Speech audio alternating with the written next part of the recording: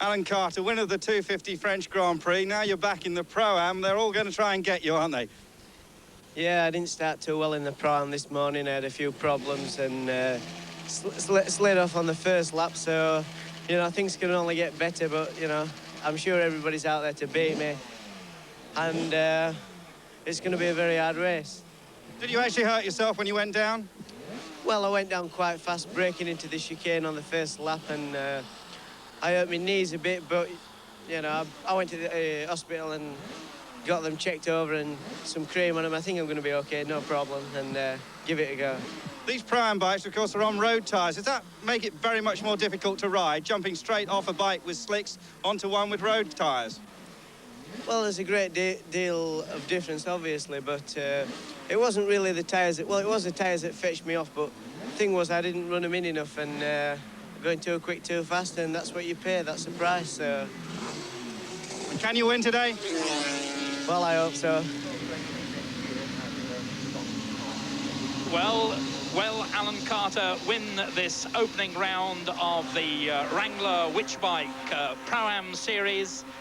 It remains to be seen. 20 riders, 20 of the best young riders in the country, all of them under the age of 24. Some of them, like Alan Carter, with a lot of experience. Alan, of course, the youngest rider in the race, 18 years of age. But we've got other teenagers too, men like Kim Barker, who's 19. We've got last year's race winner, Race 1, the series winner. We've got Andy Watts, who performed so well in this series and then went on to do well at the Silverstone Grand Prix, the British Grand Prix. Ken Irons, Steve Chambers. Well, I know Barry Sheen, who's sitting here in the commentary box. You think Steve Chambers is a bit of all right, don't you, Barry? Yeah, I think he's a very good rider. He's a young rider and he rides very well. I think it's a bit silly putting Alan Carter in this race, actually, because he's doing so well in the World Championship that everybody's going to be out to nail him. So I hope he steers clear of him. Well, we shall see what Carter can do in just a few moments' time. It's 8 laps, a clutch start, all of them dead eager. The bikes absolutely identical. Luck of the draw, the ignition keys are pulled out of the hat before the race starts, before practice starts. And whether you get a quick bike or a slow bike depends on what happens. So off they go into the first corner, into Redgate.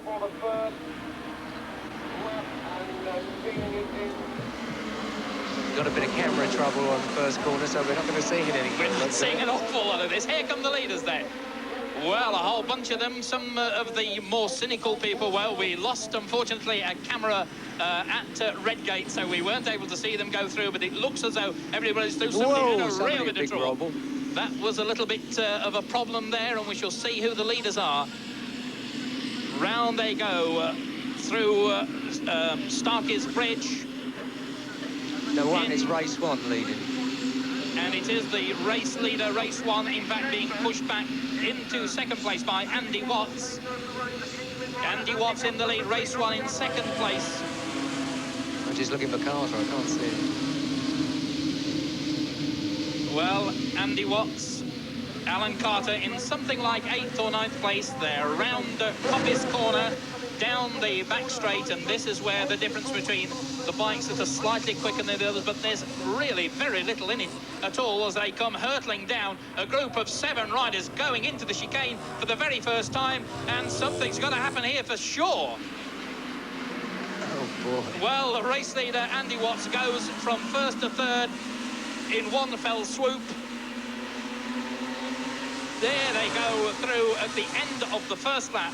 7 laps to go in this Pro-Am series.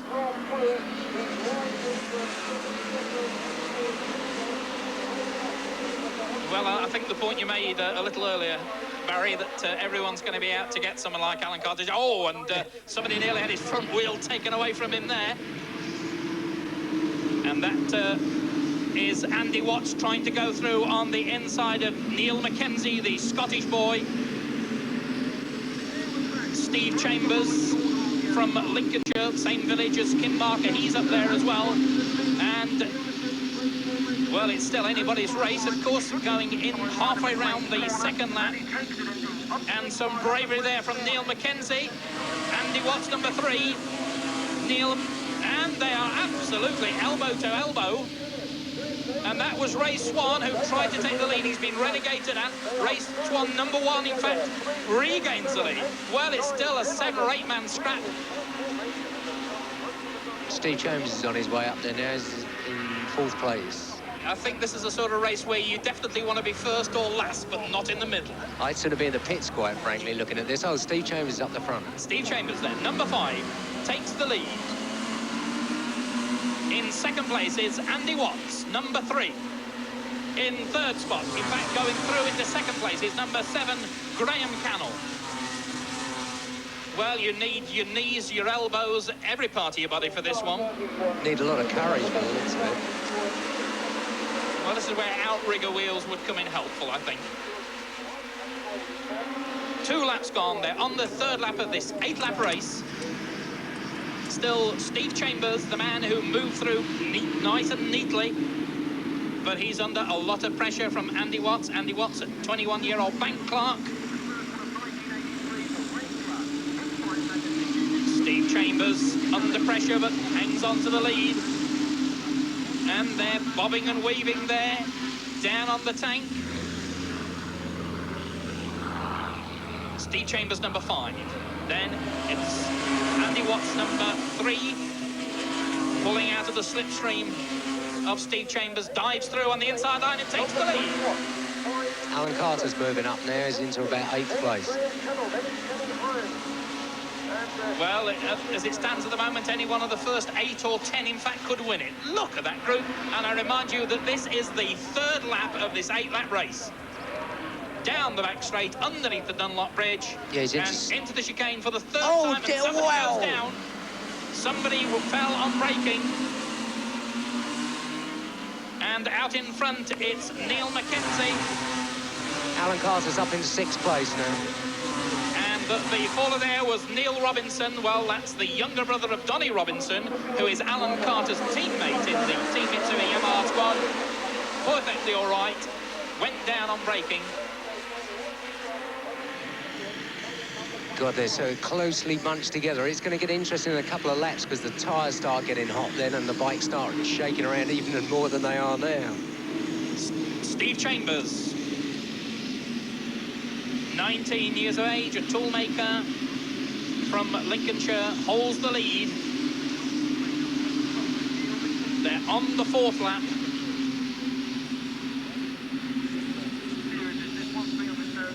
Steve Chambers, #5, holds the lead from #3, Andy Watts. But there's a whole pack breathing down the neck. #4, that's Kenny Irons. He was one of 3 riders in the Pro-Am Series who took a tumble in the practice this morning. And amongst those 3 fallers were Alan Carter, Kenny Irons, and Roger Hurst. They all went down. And Steve Chambers now getting, well, perhaps 3 machines length lead. The thing is, if Kenny Irons goes through on the inside. If you can get a break at the beginning of this, and if you can pull out a bit of a lead on the bunch are banging into each other so much, you can, if you can get a lead, get a break, you're away. 4 laps gone, halfway distance in this race. And the man, we've still lost the camera on Redgate, unfortunately. This is the view from down at the old hairpin, looking up towards Hollywood, and here they come into sight, the charge of the Light Brigade. It's 5 machines with a whole bunch of them behind them. Well, I still say any one of the first 8 to 10 could win this one, Barry. Well, the thing is, it changes so quick, doesn't it? You see somebody in 3rd place, the next lap is 8th, the next lap is leading. Do you think this sort of racing really helps somebody's racing, or is it a breeding ground, or what's the advantage of it? Well, it's good in that everybody's on the same bike, but I think the problem is everybody tries so hard because it's a prestigious thing to win. I know one thing, you'd never get me out there in it. Well, Alan Carter now, #2, is there in 3rd place. It's Chambers. There's Alan Carter now fought his way through to 3rd place. We saw Alan Carter's superb skill at the French Grand Prix in the 250cc race. And, well, I think you could perhaps put a bob or 2 on Alan Carter for this. Well, I would say so. Alan Carter he's only 18 years of age, but he rides very sensibly. You know, he doesn't go like a loony at the beginning. And, oh, somebody else done it. Lost the front end. And somebody goes down there, and avoiding him was Ken Irons. Well, somebody took a tumble, just got clipped by Ken Irons, but the first aid men are there, and back now with the race leader. And out in front is Andy Watts. On the outside of his number 5, Steve Chambers. 3 laps to go then, and Alan Carter still third, looking comfortable, but as we saw a moment ago, it's very easy to be the innocent victim of the bumps and bangs in this sort of competition. Andy Watts loses the lead. Oh, Alan Carter ran the outside, I don't believe it. So we've got Steve Chambers and Andy Watts, 5 and 3 side by side. Carter's and up the that's front. Alan Carter, in fact. Alan Carter in the lead. I do apologise. Alan Carter having scoot through. Sorry, Barry. Alan Carter in the lead, and it's time to say goodbye to the rest, I suppose. Well, let's hope so. Let's hope they don't all centre punch him at the hairpin. That's the only thing you've got to be worried about. You think there's a bit of a bullseye on the back of Alan Carter's leathers? Well, I would say so, yeah. Let's see when they go into the chicane. You'll see everybody doing demon braking, and let's hope nobody loses the front end again. And in fact, Alan Carter with a slightly sour bike loses the lead to 2 men, and the 2 men there are Andy Watts, number 3, and Steve Chambers, number 5. And we're glad to say that the rider who took the tumble at the chicane is perfectly okay on his feet now.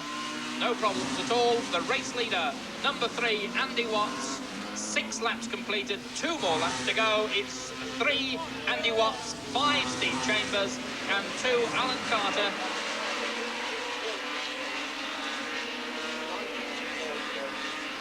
Well, it's a cliche to say that a blanket would cover a group, but a sort of Carter-sized blanket, I think, would cover them. Well, honestly, I must say, after watching this, it makes our racing look like Sunday afternoon driving. Noddy and Toiler. Really? Well, 1.5 laps to go, and I think you'd be a brave man to put your money on anybody. But Alan Carter, through the swervery, takes the lead, but only momentarily. He's forced wide by Andy Watts. Steve Chambers is still there in 3rd place, down the back straight. Last time we saw Steve Chambers and Andy Watts in 4th place at the moment. It's number 6, Neil Mackenzie, the young Scottish boy. Down the back straight for the 7th time, though. We're starting their last lap. Alan Carter, number 2, holds the lead. Number 3, Andy Watts is in 2nd place, but this time Carter makes no mistake, and still more demon braking amongst the lower leaderboard places at the chicane. Carter, number 2, holds the lead. Under pressure again from Andy Watts. And it looks as though it's going to be a 2-horse race to the finish. Andy Watts storms through on the inside to take the lead, but You can see the bike starting to wriggle now because the tyres are getting hot.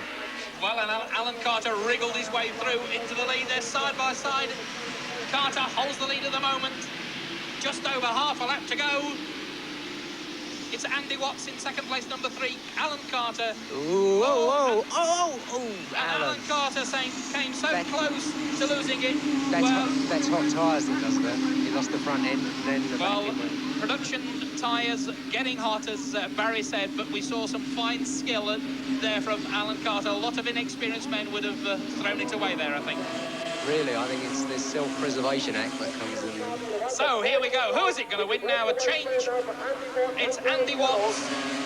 It should be exciting at the hairpin on the last lap. Number 7, I think Graham Cannell is now up there. Andy Watts from Graham Cannell. We've not seen a lot of Graham Cannell in this race, but he makes his move at the right moment. Graham Cannell from the Isle of Man takes the lead. Can he hold it? No, he doesn't, because Andy Watts goes through somebody else. And it's going to be Andy Watts to win this race. And in 2nd place, well, it was so close we didn't even see. In 2nd place was number 6, Neil Mackenzie. In 3rd spot was number 5, Steve Chambers. 4th was number 7. So it's Andy Watts, the race winner. Well, that was quite a performance, Barry. You can say that again. It definitely is a nerve-wracking business watching this race. And I think I'll stay downstairs in the caravan next time. Is this the sort of race where the spectators need to be paid? I would say so. I reckon you need a Valium before you watch it. So, a tremendous performance there. What a great ride there from Andy Watts. Andy had a tremendous debut on the at the British Grand Prix at Silverstone. And a chance now to see Alan Carter's excursion onto the grass track. Barry, perhaps you'd like to talk Yeah, through this. I think it's the front end that goes first. Now, if you watch carefully the front wheel, and no, it's the back end started to go, then the front's going, and it's the back going again, then the front going, and that's where it got really nasty because it could have bunged him over the handlebars, and he'd have got swiftly run over by what's his name, Andy Watts. Well, I would say it's a heart in the mouth job, that was. Depends where he's going to get his trousers cleaned now. a change of leathers job there. Well, we saw Alan Carter survive miraculously. Barry, of course, you're going to be out in the next race we see here on Wildersport. After seeing that, what are your thoughts? What are my thoughts? I wonder why I race motorbikes at the moment. No, I'm looking forward to racing. It'd be nice to get out and race in England again, and I'll just do as good as I can. Well, we hope you do, and there on the winner's line is the race winner, Andy Watts. So with Andy Watts getting the winner's garland from Charlie Williams, a TT rider himself,